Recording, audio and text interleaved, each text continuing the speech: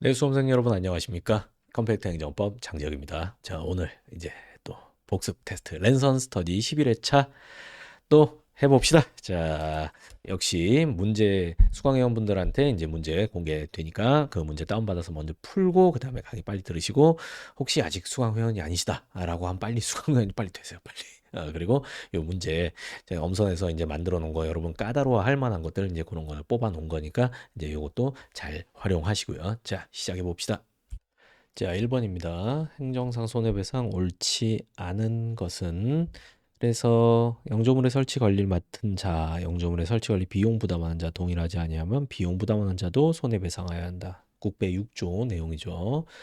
그리고 2번 전투훈련 등 직무집행과 관련하여 공상 입은 군인 등이 먼저 배상을 받았다. 그 다음에 보상금을 청구하는 경우 이때는 돈 줘야 된다라고 했죠.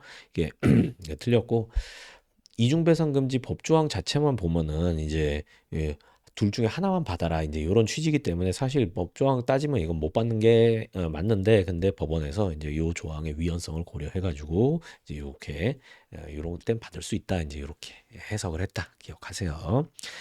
그리고 공익근무요원 이제 요 이중배상금지는 군경입니다. 그러니까 공익은 군인 아닙니다. 그래서 되는 거고 자 육군중사 이거 독수리 훈련 하다가 이제 교통사고 났다. 그러면 요거는 직무 관련성이 있다. 정답 2번이죠. 자, 2번입니다. 옳지 않은 것은 피해자가 손해를 입은 동시에 이익을 얻은 경우 이때는 손익상계 빼야 하죠. 그리고 국가배상소송 배상심의회 요거 완전 쩌리가 됐다. 그거 기억나시죠? 그래서 제기할 수 있다. 국배청구권 법정대리인 피해자나 법정대리인이 손해자 가해자 안삼 그리고 한 10이 아니라 한 달부터 5년 이렇게 되죠. 그리고 여기 정답은 4번이죠. 국배법 주체를 국가 또는 공공단체가 아니라 지자체, 지사재형 중에 지만. 자, 3번입니다. 손실보상제도 하천법 부칙이죠. 특별조치법에 의한 손실보상 청구권. 이제 요거는 공법상의 권리로 봐서 이제 행정소송 절차에 따라야 된다라고 봤죠. 그리고 이제 2번 공공필요. 기본권 일반의 제한 사유인 공공복리보다 좁은 것으로 보고 있고요. 그리고 일반 사용이 제한됐다 하더라도 특별한 손실에 해당한다고 할 수 없죠. 그리고 헌법 23조 1항의 규정 재산권 존속을 보호하는 것이라면 사망의 수용제도를 통해서 존속 보장은 가치 보장으로 변하게 된다. 맞는 얘기입니다. 사망에서 이제 요 그 법률에 근거해서 보상을 해주라고 하고 있잖아요. 그래서 아예 그냥 수용을 안 하고 그대로 놔두는 게 존속 보장이라면 이제 그 수용을 하되 돈으로 준다. 이거는 가치 보장 혹은 가치 보상 이렇게 표현하는 겁니다. 자, 손실보상이고요. 당해 공익사업으로 인한 개발이익은 당해 사업으로 인한 개발이익은 빼야죠.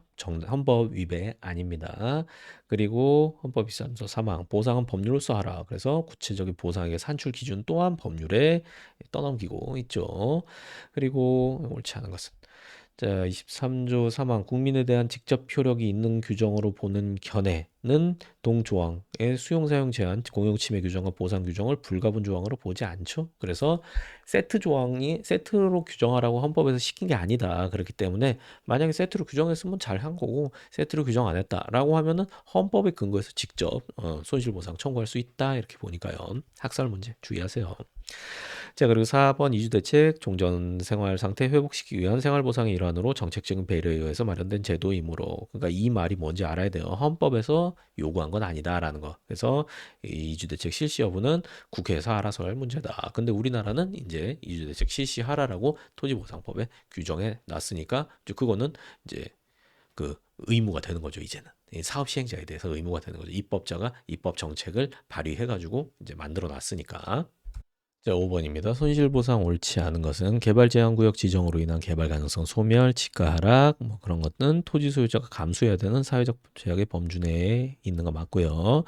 간접사업 시행으로 종래 관행업권자에게 공유수면 매립법에서 정하는 손실보상 청구권이 인정되기 위해서는 공유수면 매립면허 고시가 있다면 충분하지 않죠. 공사가 실제로 실행돼서 모래를 갖다 부어야 물고기가 도망가겠죠. 틀렸고. 자, 3번 재산권 보장에 의하여 보호되는 재산권의 범위에는 동산, 부동산, 물권, 뭐 사법상 권리, 채권 뭐 다 포함된다. 맞고요.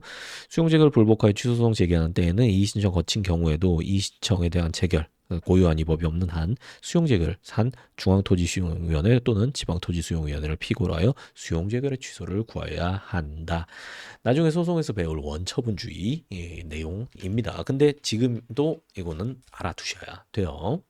자, 6번입니다. 손실보상 OX 골라내는 거고요. 손실보상 손해배상은 근거 규정 요건과 달리하지만 손실보상 청구권 요 손해전보라는 요소가 있어서 실질적으로 같은 내용의 손해에 대해서 양자의 청구권이 동시에 성립할 수도 있어요. 그런 경우에는 청구권자는 이제 중복해서 받을 수는 없다. 그런 취지의 판시거든요. 어느 둘 중에 뭘 골라도 되는데 하나만 골라서 행사할 수 있다라는 거. 뭐 동시에 행사해가지고 동시에 뭐 2배 받을 수는 없다란 그런 취지의 판시였습니다. 자, 니은 토지보상법상 보상금 증감 청구 소송은 당사자 소송이니까 처분청인 토지수용위원회가 아니라 이제 사업시행자 혹은 토지 소유자 등을 피고로 서로 해야 되는 겁니다.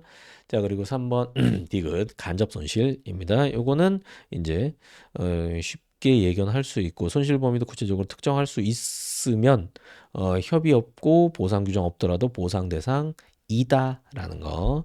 그리고 리을 토지보상법상 손실보상 원칙적으로 현물로가 아니라 현금 원칙이죠. 그래서 OXXX 이렇게 하면 되죠. 자, 7번 옳은 것은 지장물인 건물이 손실보상 대상 되기 위해선 적법한 건축허가 건축된 것이어야 할 건 아니에요. 완전 보호 가치 없으면 안 되는데 이제 허가 안 받아도 보상은 기본적으로 나갑니다. 자, 그리고 토지보상법상 사업폐지 보상 청구권, 사법상 권리, 공법상 권리죠. 그래서 행정소송, 그리고 보상액의 산정, 협의에 의한 경우 협의 성립 당시 가격, 재결에 의한 경우는 재결 당시의 가격을 기준으로 한다. 이게 정답이네요. 그리고 4번 생업 근거를 상실하게 된 자에 대해서 이제 일정 규모 상업용지 주는 거, 생활대책이죠. 이거는 헌법 23조 규정하는 정당한 보상에 포함된다고 결정한 거는 헌재가 아니라 대법원이죠. 그렇기 때문에 틀렸습니다. 자, 토지보상법 옳지 않은 것은 사업 시행자는 동일한 사업 지역에 보상식이 달리하는 동일한 소유의 토지 등이 여러 개 있는 경우에 관계인이 요구할 때는 한 큐의 보상금을 지급하도록 하여야 된다. 맞고 자녀 수용 청구권 요건 구비할 때 이제 재결이 없더라도 청구만으로써 수용 효과가 발생하는 형성권적 성질을 가진다. 중요한 지문이에요. 그리고 3. 사업 시행자의 이주대책 수립 실시 의무 이주대책 내용에 관한 규정은 합의 재량 적용 배제할 수 없는 강행법규이다. 맞습니다. 4번 하나의 수용 재결에서 여러 가지 토지 물건 권리 영업 손실 보상 심리 판단이 이루어졌을 때 피보상자 재결 전부에 관해 불복하여가 아니라 전부에 관해서 불복할 수도 있고 개별적으로 불복할 수도 있다니까 틀렸네요. 자, 손실보상입니다. 이제 건물의 일부만 수용되어 잔여 부분 보수하여 사용할 수 있는 경우에 그러면은 이제 손실보상이 나가야 되는데 건물 전체 가격에서 수용된 부분의 비율에 해당하는 금액 요거 해줘야겠죠. 만약에 30%가 수용이 됐다 그러면 그거 그 다음에 건물 보수비 30% 잘라내면 거기 다시 메꿔야 될 거 아니에요. 그런 거 그리고 요 저게 나감으로 인해서 이 건물 자체의 가치가 또 하락될 수가 있죠. 딱 70%만 되는 게 아니라 한 전체 가액 평가해 보면은 한 50% 이렇게 떨어질 수가 있잖아요. 원래 10억짜리 건물이었는데 이 30% 잘려감으로써 평가해 보니까 5억으로 평가됐다. 그러면 그 2억도 보상을 해줘야 돼요. 해줘야 돼. 그리고 니은 사업 인정 일정한 절차를 거칠 것을 조건으로 사업 시행자에게 일정한 내용의 수용권 설정해주는 처분으로서 사업 인정받음으로써 수용할 목적물의 범위 이것도 확정이 되고요. 자, 이제 협의가 성립되지 않으면 사업 시행자가 사업 인정 고시된 날로부터 1년 이내에 수용 재개를 신청해야죠. 안 하면 어떻게 되냐? 고시가 된 날부터 1년이 되는 날의 다음 날 요거 포인트예요. 다음 날에 사업 인정은 효력을 상실하게 되고 그러면 뭐 쉽게 말해서 사업이 엎어진다 이렇게 생각하시면 돼요. 그러면 리을이겠네요. 정답이. 자, 토지수용위원회는 수용재결 신청에 대한 기각 결정으로 당해 공익사업이 시행이 불가능해지는 경우에는 수용재결 신청을 기각할 수 없다. 입니다. 그러니까 요 토지수용위원회 이거 조금 어려운 지문인데 이 공익 사업의 시행이 아예 불가능해지는 그런 재결을 하는 건 안 된다. 왜냐? 토지수용위원회 권한 범위를 넘는다. 이렇게 판례가 보는 거예요. 그래서 이제 사업 할지 말지 이 사업 공공 필요성이 있다 없다 그거는 장관이 결정하는 거고 그리고 토지수용위원회는 요 땅이 사업에 필요하고 요 금액이 얼마나 맞나 뭐 이제 요런 걸 결정하는 거지 토지수용위원회가 어떤 재결을 함으로써 사업이 엎어질 정도다 그러면 자기의 결정 권한 범위를 넘는다 이렇게 보는 겁니다. 10번입니다. 자, 옳은 건 손실보상의 이론적 근거로서 특별희생설에 의하면 공공복지, 복리와 개인의 복리, 개인의 권리 사이에 충돌이 있는 경우 개인의 권리가 우선하는 게 아니죠. 공익우선입니다. 자, 특별희생설은 공익우선. 그 다음에 공익사업 토지보상법 자녀지 수용 청구 받아들이지 않은 토지수용위원회 재결에 대해서 토지소유권과 불복하여 제기하는 소송은 보상금 증감 청구 소송이죠. 보상금. 결국 돈 문제니까. 그리고 디귿 농지개량 사업 시행 지역 내에 토지 등 소유자가 토지 사용에 관한 승낙을 하였다. 보상을 받지 않았다. 사용 승낙을 했는데 보상은 못 받았어요. 그럼 돈 줘야지. 보상의 의무 없기는 뭐가 없어. 이제 이렇게.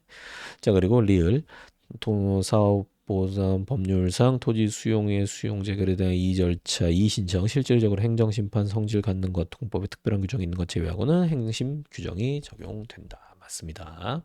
자, 랜선 스터디 여기까지입니다. 몇 점 맞으셨나요? 몇 점 받으셨나?